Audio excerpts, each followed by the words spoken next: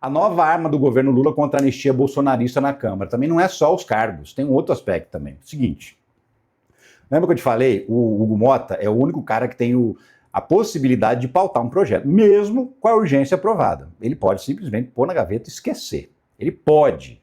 Não significa que ele vai fazer, mas ele pode. E aí é o seguinte, o que o governo está argumentando? Tem 1.136 projetos já com a urgência aprovada e que não foram votados até hoje. Existe uma fila gigantesca. Pra você ter uma ideia, tem projeto que a urgência foi aprovada em 2018, 7 anos atrás, e até hoje essa urgência não foi votada. Você imagina, era urgente, hein? Não foi votada até hoje. Por quê? Porque o Arthur Lira não colocou para votar, chegou agora o Hugo Mota também não colocou para votar. Por quê? Como eu disse, ele não é obrigado a colocar para votar. É um bom indicativo de que os deputados querem votar? É. Mas mesmo assim ele não é obrigado a colocar para votar.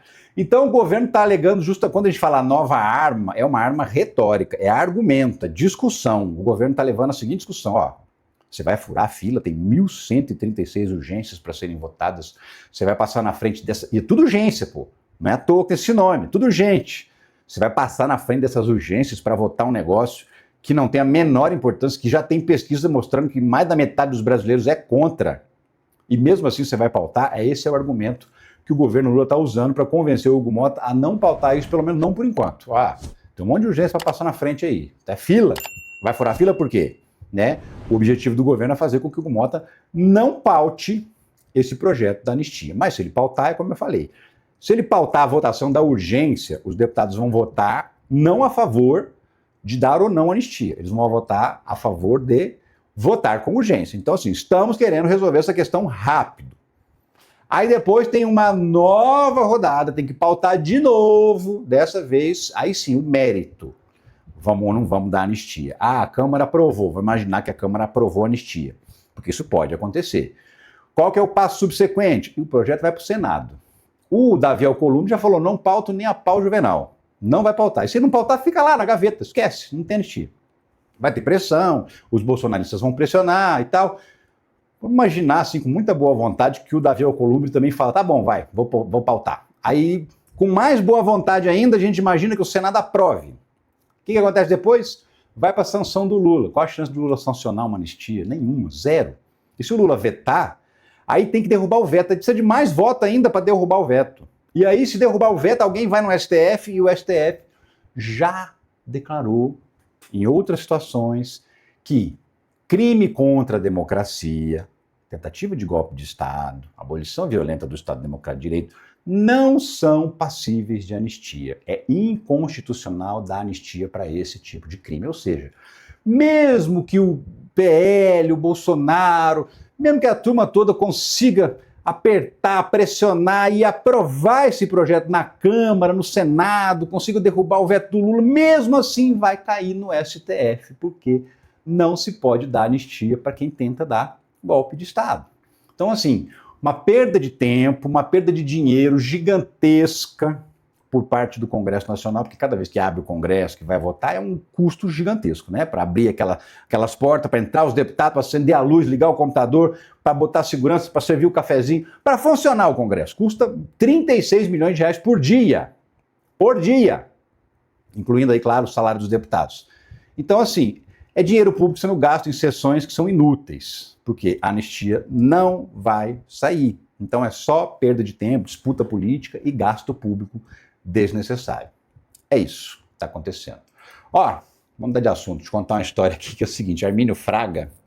O Armínio Fraga foi presidente do Banco Central no governo Fernando Henrique Cardoso. O Brasil foi uma lástima na época que ele foi presidente do Banco Central. Não crescia, não tinha crescimento econômico, não tinha nada. A economia brasileira afundou na época que esse cara comandava o Banco Central. Brasil precisa congelar salário mínimo por 6 anos, diz Armínio Fraga. Quem é esse sujeito? É esse aqui, ó. Tá vendo a cara dele? Então, esse sujeito aí, bilionário, banqueiro, ele é dono de uma empresa que só mexe com dinheiro de magnata. Ele faz investimento para bilionários, para milionários, para gente muito rica. Só trabalha com rico, sabe?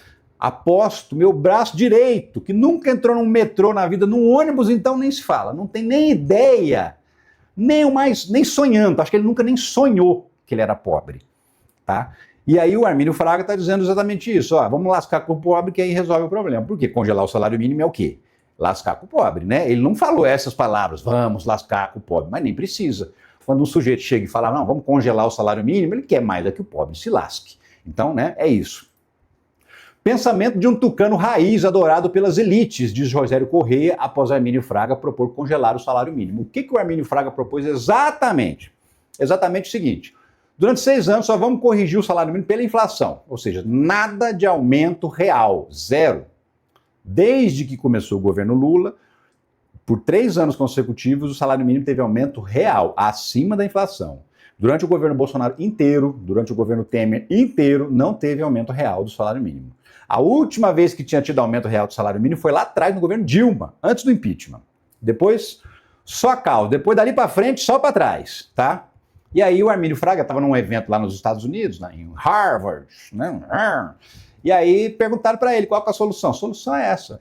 E por que ele... Aí a gente tem que entender o porquê, né? Por que ele diz isso? Então, ele diz isso porque ele acha que o problema da economia brasileira é a previdência social. Como o salário mínimo é atrelado à previdência social, 70% dos aposentados do Brasil ganham um salário mínimo, quando o salário mínimo sobe acima da inflação, o gasto da previdência sobe também, né? Então ele alega isso, meu Deus do céu, a inflação vai explodir, aliás, a previdência vai explodir, e a gente não pode permitir isso, então tem que parar de subir o salário mínimo, para parar de subir também o salário dos aposentados. É isso que disse o Armínio Fraga. Palavras da Gleisi Hoffmann, ministra das Relações Institucionais. Isso é uma crueldade, né? Gleisi reage à crueldade de Armínio, que propôs congelar o salário mínimo por 6 anos. Ela disse justamente isso, assim, alguém que não tem ideia do que é sofrer, do que é ser pobre, do que é ter dificuldade financeira, do que é fazer continha para saber se vai poder comprar comida para o mês todo, né? Ele não tem ideia, nunca passou nem perto disso. O máximo que ele passou perto da pobreza é olhar pela janela do carrão dele, blindado, e olhar lá fora um morador de rua, uma pessoa pedindo dinheiro, ele não deve nem abrir a janela, né? Mas enfim, eu vou te provar detalhadamente como é uma estupidez, uma idiotice o que falou o Armínio Fraga. Primeiro que é o seguinte, o problema da previdência social não é exatamente a previdência normal, essa privada, né, que, enfim, a maioria dos trabalhadores se aposenta. O problema da previdência privada principal é a previdência dos servidores públicos, que é uma previdência separada, e principalmente a previdência dos militares, tá? Faça a seguinte conta, te mostro aqui, ó. Pega um aposentado, ele ganha lá um salário mínimo por mês durante 13 meses, porque tem o 13º, certo? O salário mínimo está na faixa de 1.500, tá? Ele ganha 18, quase 20 mil por ano, perdão. Desse dinheiro que ele recebe, para cada aposentado, fica faltando, ao final do ano, R$ 7.247. Esse é o déficit por aposentado do regime geral da Previdência Social. Então, para cada aposentado, o governo falta arrecadar R$ 7.247 por ano para pagar toda a aposentadoria dele. Os servidores públicos, que é um regime separado de Previdência Social, olha o tamanho do buraco. Para cada funcionário público aposentado, o governo fica devendo por ano R$ 62.300. É quase 9% praticamente, 9 vezes mais do que o déficit da Previdência comum. Aí você vai para os militares, olha o tamanho da barra. Pra você ter uma ideia, servidores e militares juntos representam 3% de todos os aposentados do Brasil. 3%. 97 está nesse primeiro gráfico aqui, regime geral. Apesar deles só se representarem 3% de todos os aposentados, eles representam 30% do déficit da Previdência. Para cada militar aposentado, tem pensão, tem aquelas coisas das filhas, tem tudo. Para cada militar aposentado ou que receba uma viúva ou uma filha que recebe pensão, o governo fica devendo todo ano R$ 130 mil, tá? De 7 para 130 mil, são 18 vezes mais do que o déficit da aposentadoria comum do cidadão brasileiro. Então, assim, e quem são os servidores públicos que têm uma previdência separada e quem são os militares? São a casta privilegiada da previdência, né? Porque é gente que ganha bem, gente que recebe salário integral depois que aposenta, porque essa galerinha lá do gráfico, lá do primeiro gráfico, não, né? nunca recebe aposentadoria integral, né? Você contribuiu 5 salários mínimos, quando você aposenta com 3, quando passa 10 anos, você está recebendo 1,5. E a maior parte recebe R$1.500. Então, assim, o Armínio Fraga está propondo não aumentar o salário de quem ganha R$1.500 por mês. Para ele, é a solução. E aí eu te mostro agora como não é essa a solução. Esse aqui é um outro gráfico que eu elaborei com dados oficiais, dados de 2023, que é o dados mais recentes, que fala sobre incentivos fiscais. E assim, aqui a gente vê claramente quanto que o governo gasta com pobre e quanto que o governo gasta com rico, né? O Armínio Fraga acha que o governo gasta demais com pobre. Mas aí assim, se você tirar previdência, saúde, educação, mas deixar assistência social, que é o dinheiro que realmente o governo dá para o pobre. Assistência social, o que é? Bolsa Família, BPC, Vale Gás, alguns benefícios que são dados para deficientes físicos, benefícios, por exemplo, na conta de luz, né, tarifa social, essas coisas. Tudo isso somado num ano, em 2023, final de 2023, que é o dado mais recente que existe, 2024 ainda não saiu. São 361 bilhões de reais por ano que o governo gasta com pobres. Os incentivos fiscais das empresas, ou seja, aqueles incentivos, o governo deixa de arrecadar o imposto, a empresa deixa de pagar o imposto. Só os incentivos fiscais, que é dinheiro gasto com rico, 456 bilhões de reais. Então, assim, de cara, o governo gasta com rico quase 100 bilhões de reais a mais do que ele gasta com o pobre. E desses incentivos fiscais é o seguinte, a lei diz que o incentivo fiscal tem que ter uma justificativa, o cara tem que, sei lá, gerar X empregos, abrir uma nova unidade e tal. Nada disso é fiscalizado. Os governos, não só o governo federal, mas os estaduais também, vão lá, fazem uma lei, dão um incentivo. Ninguém fica sabendo se aquele incentivo trouxe, de fato, uma vantagem para o Brasil. Não existe fiscalização. Então é dinheiro dado mesmo, tá? 456 bilhões. O que isso significa? Significa o seguinte, que está aqui do outro lado, ó. Para cada R$1 que o governo federal gasta com gente pobre, ele gasta 1,26 com rico. Sim, ele gasta 26% mais com os ricos do que com os pobres. Ô Armínio Fraga, e se a gente tirasse um pouco desses incentivos fiscais das empresas aí que não justificam o incentivo que recebem? Será que não era mais negócio do que cancelar o aumento do salário mínimo? Sabe por quê? Porque o pobre, ele ganha o salário mínimo e gasta tudo. Esse dinheiro vai inteirinho para a economia.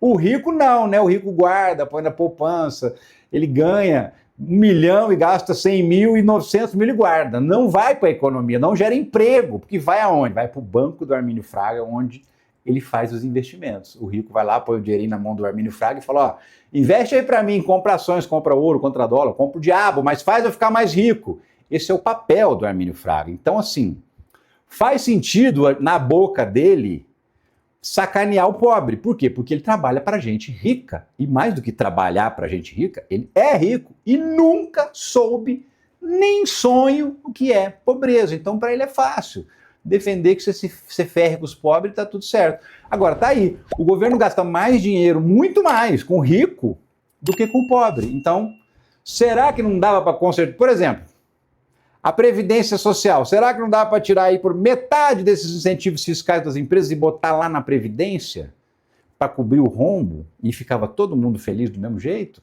Uma oportunidade de trabalho online. Online, no computador, no celular, ganhar uma grana em casa, saca? Tem muita gente que faz isso. Trabalha, óbvio, é em casa, mas não é vagabundagem, é trabalho, tá? Não é, fórmula para você ficar rico em uma semana. Não, não viaja.